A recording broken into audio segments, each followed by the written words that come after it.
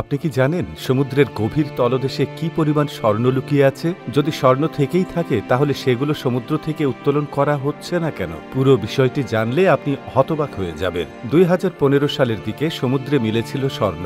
এক দুটি টুকরো নয়, টন টন স্বর্ণ। সমুদ্রের গভীরে লুকিয়েছিল আস্ত স্বর্ণের খনি। ন্যাশনাল ওসেনিক অ্যান্ড অ্যাটমসফিয়ার অ্যাডমিনিস্ট্রেশনের এক অভিযানে উঠে এসেছিল সেই চাঞ্চল্যকর তথ্য। আটলান্টিক মহাসাগরের তলায় ডুবে থাকা সেই স্বর্ণের পরিমাণ ছিল কম করে হলেও 2 লাখ টন। শুধু এটিই নয়, বহু বিলাসবহুল ও মালবাহী জাহাজ ডুবে গেছে সমুদ্রে। সেই সাথে ডুবেছে বহু স্বর্ণালঙ্কারও। কিন্তু সমুদ্রতলে এত স্বর্ণ থাকা সত্ত্বেও সেগুলো উত্তোলন করা হয় না কেন? এর কারণই বা কি? সমুদ্রের নিচে ছড়িয়ে থাকা স্বর্ণের পরিমাণ জানতে বিস্তর গবেষণা চালিয়েছেন। তবে এই স্বর্ণের পরিমাণ কতটা তা নির্দিষ্টভাবে বলা কঠিন, কারণ সমুদ্রের গভীরে এবং পানির স্তরেও স্বর্ণ ছড়িয়ে ছিটিয়ে আছে। সমুদ্রের পানি বিভিন্ন খনিজ পদার্থ সমৃদ্ধ, যার মধ্যে খুবই ক্ষুদ্র পরিমাণে স্বর্ণ পাওয়া যায়। বিজ্ঞানীদের অনুমান সমুদ্রের প্রতি লিটার পানিতে প্রায় 13 ন্যানোগ্রাম স্বর্ণ বিদ্যমান। এই ঘনত্ব কম হলে পুরো সমুদ্রের পানিতে স্বর্ণের এই ছোট পরিমাণ মিলিয়ে যোগ করলে বিশাল পরিমাণ দাঁড়ায়। এই হিসাব অনুযায়ী পুরো পৃথিবীর সমুদ্রের পানিতে আনুমানিক 20 মিলিয়ন টন স্বর্ণ রয়েছে। এটি অবশ্য একটি অনুমান এবং সব স্থানে একইভাবে স্বর্ণ নেই। তবে এই স্বর্ণ সংগ্রহ বা উত্তোলন করাও অত্যন্ত ব্যয়বহুল ও জটিল। সমুদ্রের পানিতে স্বর্ণ খুব কম ঘনত্বে ছড়িয়ে আছে, তাই সেগুলো আলাদা করে সংগ্রহ করা মুশকিল ব্যাপার।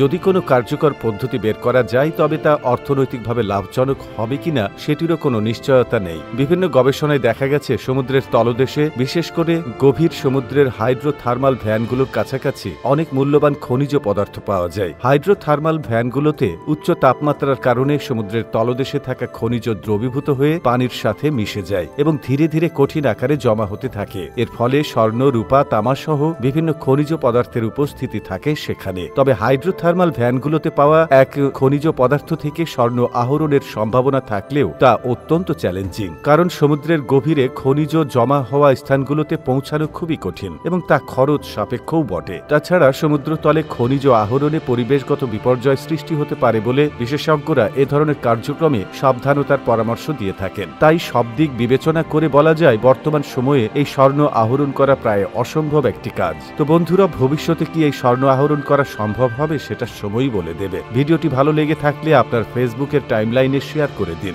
সেই সঙ্গে আমাদের ফেসবুক পেজটিকেও ফলো করে রাখুন। আর এই ভিডিওটি কেমন লেগেছে আমাদের কমেন্ট করে জানিয়ে দিন। আবারও আসবো নতুন কোনো তথ্য নিয়ে। সে পর্যন্ত ভালো থাকুন, সুস্থ থাকুন, আর এতক্ষণ আমাদের সাথে থাকার জন্য আপনাদেরকে অসংখ্য ধন্যবাদ।